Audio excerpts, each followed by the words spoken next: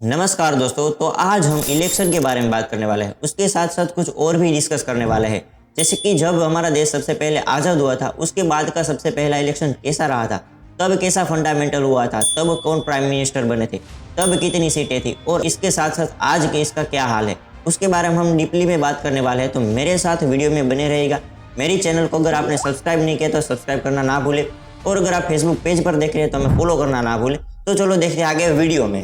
तो आज़ादी बाद के सबसे पहले इलेक्शन में आईएनसी मतलब कि इंडियन नेशनल कांग्रेस बहुत ही बड़े आंकड़े के साथ जीती थी।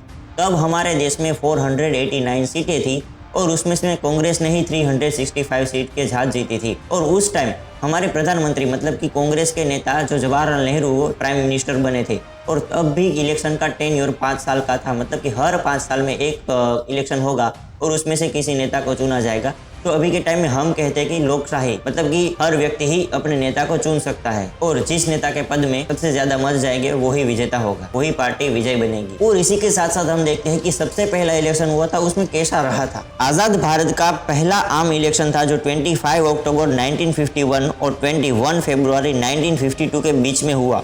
यह बहुत बड़ा आयोजन था जिसमें दुनिया की आबादी का करीब 17% हिस्सा मतदान करने वाला था और यह उस समय का सबसे पहला चुनाव था। चुनाव में करीब 1874 मतलब कि 1874 उम्मीदवार और 53 राजनीतिक पार्टियां उतरी थी, जिसमें 14 राष्ट्रीय पार्टियां थी।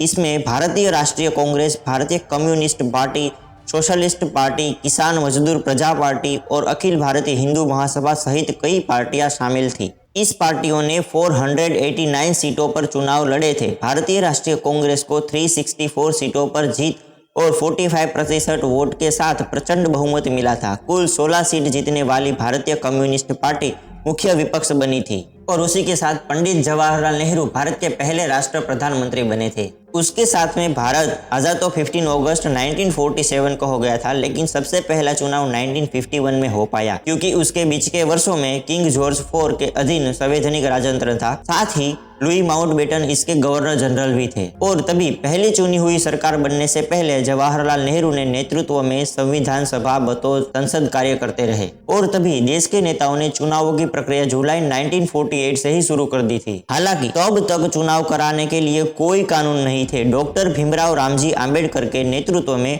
ड्राफ्टिंग कमेटी मसौदा समिति ने कड़ी मेहनत कर संविधान का मसौदा तैयार किया था, जो 26 नवंबर 1949 को पारित हुआ। हालांकि इसे लागू 26 जनवरी 1950 से किया गया। भारत को उस दिन चुनाव कराने के लिए नियम और उपनियति मिले और देश आखिरकार भारत गणराज्य बना। मतलब कि भारत में लोकतंत्र हो सकता है, लोकशाही हो सकती है, वो 26 जनवरी 1950 के बाद हो चुका है। हालांकि ये एक इम्पॉसिबल सफर की सिर्फ शुरुआत थी। संविधान लागू होने के बाद चुनाव आयोग का गठन किया गया।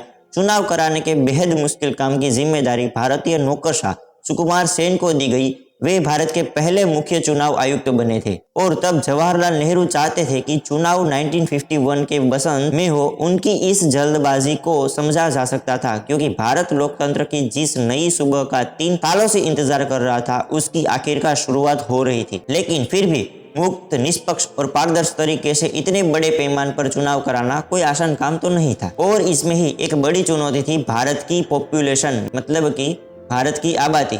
और उस समय भारत की आबादी 36 करोड़ थी। संविधान के लागू होने पर भारत ने वोट डालने के लिए उसी उम्र को योग्य माना जो तब दुनिया भर में अपनाई जा चुकी थी। मतलब कि 21 साल के ऊपर के लोग ही मतदान कर सकते थे, ऐसा तब नक्की किया गया था। और तभी हमारे देश में 17.3 करोड़ लोग वोट डालने के लिए योग्य हो चुके थे। पॉपुलेशन के आंकड़ों के आधार पर संसदीय निर्वाचन क्षेत्र तय किए जाने थे जो 1951 में हो पाया। फिर देश की ज्यादातर अशिक्षित आबादी के लिए पार्टी के चुनाव चिन्ह डिजाइन करने, मतपत्र मतलब कि वोटर ID और मतदान पेटी बनाने जुड़ी समस्याएं थी। मतदान केंद्र बनाने जाने थे, साथ ही यह पक्का करना था कि केंद्रों के बीच सही दूरी हो। मतदान अधिकारियों को नियुक्त कर प्रशिक्षण देना भी जरूरी था। और ये सब चुनौतियों के बीच में एक और मुश्किल सामने आई कि भारत के कई राज्यों में खाने की कमी है और प्रशासन को ये सब फिर से करना पड़ा था और राहत कार्य में जुटना पड़ा था। ये सब मुश्किलों को पार करने में समय लगा। हालांकि आखिर में जब चुनाव हुए तो योग्य आबादी के 45.7% मतदाता पहली बार वोट डालने के लिए अपने घरों से बाहर निकले। भारत दुनिया का सबसे बड़ा लोकतंत्र बना जहां लोगों ने लोगों के लिए एक सरकार चुनी थी और ये सब हमारे लिए बहुत ही गर्व की भी बात है।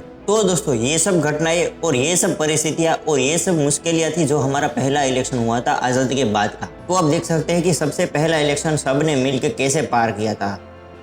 और दोस्तों हम देखते हैं कि आज के टाइम का इलेक्शन क्या कहता है और आज के टाइम में कितनी पार्टीज है हमारे देश में। तो सबसे पहले हम बात करते हैं कि 6 नेशनल पार्टीज है और 57 के करीब स्टेट पार्टीज है और 2760 के करीब अनरिकॉग्नाइज्ड पार्टी प्रेजेंट है। तो दोस्तों सबसे पहले हम बात करते हैं कि हमारे देश की ओल्ड पार्टीज मतलब कि सबसे पहली पार्टी INC मतलब कि इंडियन नेशनल कांग्रेस थी और उसकी शुरुआत 1885 में हुई थी। मतलब कि उसके अभी 138 ईयर्स हो चुके हैं इस पार्टी के INC के इंडियन नेशनल कांग्रेस के। और दूसरी पार्टी के बारे में बात करें तो वो है BJP भारतीय जनता पार्टी। तो इनके नेता मतलब कि माननीय नरेंद्र मोदी भी प्रधानमंत्री के पद पर है और उसकी शुरुआत अप्रैल 1980 में हुई थी। मतलब कि उसके भी 44 ईयर्स जितना हो चुका है। और उसके बाद तीसरी पार्टी के बारे में बात करें तो वो है आम आदमी पार्टी AAP जिसकी शुरुआत नवंबर 2012 में हुई और उसके भी 11 साल हो चुके हैं। और चौथी पार्टी के बारे में बात करें तो वो है BSP बहुजन समाज पार्टी और वो अप्रैल 1984 में शुरुआत हुई थी और इसके भी 40 इयर्स कंप्लीट हो चुके हैं। और फिफ्थ की बात करें तो CPI communist party of India जिसकी शुरुआत नवंबर 1964 में हुई थी और उसके भी 59 इयर्स कंप्लीट हो चुके हैं। और लास्ट और 6 नंबर की पार्टी है NPP नेशनल पीपल्स पार्टी जो जनवरी 2013 में बनाई गई थी और उसके भी 11 साल हो चुके हैं। तो दोस्तों ये 6 नेशनल पार्टियां हैं जो लोकसभा के इलेक्शन में आती है। और आपको ऐसे ही स्टेट पार्टीज के बारे में जानना है तो मैंने डिस्क्रिप्शन में लिंक डाल दी है, वहां जाके आप टच करके उसको बारीकी से देख सकते हैं। और साथ में बताऊं तो जब पहला इलेक्शन हुआ था तब 17 करोड़ के करीब मतदान एलिजिबल थे और आज के टाइम में और इसी साल में 97 करोड़ के करीब जो है मत देने के लिए मतलब कि वोट देने के लिए पर्सन एलिजिबल है। तो दोस्तों ये था पहले के टाइम का इलेक्शन और आज के टाइम के इलेक्शन का थोड़ा सा कंपैरिजन। मतलब कि पहले के टाइम के इलेक्शन में कौन कौन पार्टीज थी और कितनी पार्टीज थी, कितने मतदार एलिजिबल थे। इसी ही परिस्थिति आज के टाइम में हमने देख के ये सब इन्फॉर्मेशन इकट्ठी करके आपको बताया है। और दोस्तों अब हम आपको दिखाते हैं कि सबसे पहले के नेता से लेकर आज के नेता हमारे देश के बारे में क्या सोचते हैं। उसके बारे में हमने कुछ क्लिप्स ढूंढ के रखे हैं और वो हम आपको दिखाने वाले, तो थोड़ा ध्यान से देखना। और सबसे पहले हम माननीय इंदिरा गांधी जी क्लिप दिखाने वाले हैं, तो देखिए। हम भारतीय नागरिक हैं और हम में से किसी को कभी न वो काम करना है, कभी न वो शब्द बोलने हैं, न कभी वो विचार भी करना नहीं है जिससे भारत माता का सिर झुक सकता है। भारत कोई 5 साल 10 साल 100 साल जीने का देश नहीं है, हजारों साल जीवित रहा है और हजारों साल और इसको जीवित रहना है। तो दोस्तों ये थी माननीय इंदिरा गांधी जी की क्लिप और उन्होंने हमारे देश के लिए बहुत ही अच्छे काम किए, उसमें कोई कमी नहीं की है और इसी बात से हम उनका आज भी धन्यवाद कह सकते हैं। और अब मैं आपको दिखाता हूँ माननीय श्री अटल बिहारी वाजपेयी ने क्या कहा था एक क्लिप में, तो देखिए। और मैं चाहता हूँ ये परंपरा बनी रहे, ये प्रकृति बनी रहे। सत्ता का खेल तो चलेगा, सरकारें आएंगी जाएंगी, पार्टियां बनेगी बिगड़ेंगी, मगर ये देश रहना चाहिए, इस देश का लोकतंत्र अमर रहना चाहिए। और अटल बिहारी वाजपेयी के बाद अभी के हमारे माननीय प्रधानमंत्री श्री नरेंद्र मोदी जी की भी एक क्लिप है मेरे पास, वो भी आपको दिखाता हूँ, तो देखिए। लाल किले पर से बोल चुका हूं कि अब तक जितनी सरकारें आई, जितने प्रधानमंत्री आए, हर किसी का अपना अपना योगदान है। तो साथ में माननीय प्रधानमंत्री मोदी जी भी हमारे देश के लिए बहुत ही अच्छे काम कर रहे हैं, उसमें कोई ना कहने वाली बात नहीं है। और उसके साथ साथ माननीय राहुल गांधी जी की भी एक क्लिप है, वो भी मैं आपको दिखाता हूँ, तो देखिए।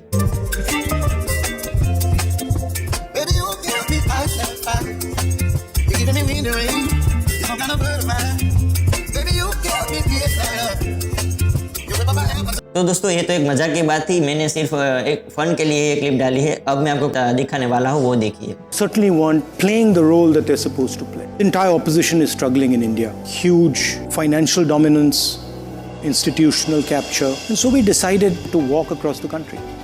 Started with about 125 people. And it fundamentally transformed the way we think about our country, about our people, about politics, about what is important.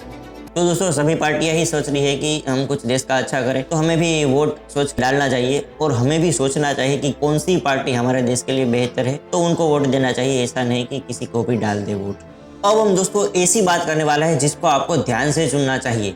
मतलब कि अब हम बात करने वाले हैं वोटिंग कैसे करनी है, उसके भी कुछ फंडास है, उसके भी कुछ आइडियाज है जिसको लेकर आपको वोटिंग करनी चाहिए, ऐसे ही वोट नहीं दे देना चाहिए। तो दोस्तों मैं आपको एक एग्जांपल के थ्रू समझाना चाहूँ तो हमारे देश में जो अभी के प्राइम मिनिस्टर है माननीय नरेंद्र मोदी जी, वो हमारे देश के लिए बहुत ही अच्छे काम कर रहे हैं, हम मना नहीं कर रहे, बहुत ही अच्छे काम कर रहे हैं, बहुत ही अच्छे विकास हो रहा है। लेकिन उसके साथ साथ हमें देखना चाहिए कि हमारे डिस्ट्रिक्ट, हमारे एरिया में भी ये पार्टीज वाले, बीजेपी वाले अच्छा काम कर रहे हैं या नहीं। और उसके साथ देखें कि हम चाहते हैं कि हमारे देश में कांग्रेस आए और वो अच्छा काम करेगी, लेकिन उसके साथ साथ हमें देखना चाहिए कि हमारे एरिया में, हमारे डिस्ट्रिक्ट में जो कांग्रेस वाली पार्टीज है वो अच्छा काम कर रही है या नहीं, ये सोच के हमें मत देना चाहिए। ऐसा नहीं कि हमें देश में जो कांग्रेस आए या फिर बीजेपी चाहिए और उसको सोच के हमारे एरिया में भी जो ठीक ठाक पार्टी है, कांग्रेस है या फिर बीजेपी, वो अच्छा काम कर रही है या नहीं कर रही, ये सोच के हम मत दे दे। तो ये हमारी बहुत ही बड़ी भूल है और इसी भूल के साथ हमारे एक वैल्यूएबल कीमती वोट को हम खो चुके हैं, हम खर्च कर रहे हैं, ऐसे ही वेस्ट कर रहे हैं। तो दोस्तों सब मिला के मैं आपको समझाना चाहूँ तो देश के विकास के साथ साथ हमारे डिस्ट्रिक्ट के एरिया के विकास भी होना चाहिए, तब ही ये देश का विकास अच्छे से होगा, अच्छे से देखने को मिलेगा। तो दोस्तों आप अपना कीमती वोट, वैल्यूएबल वोट ऐसे ही खर्च ना करें, तब सोच समझ कर हमारे डिस्ट्रिक्ट एरिया का भी सोचे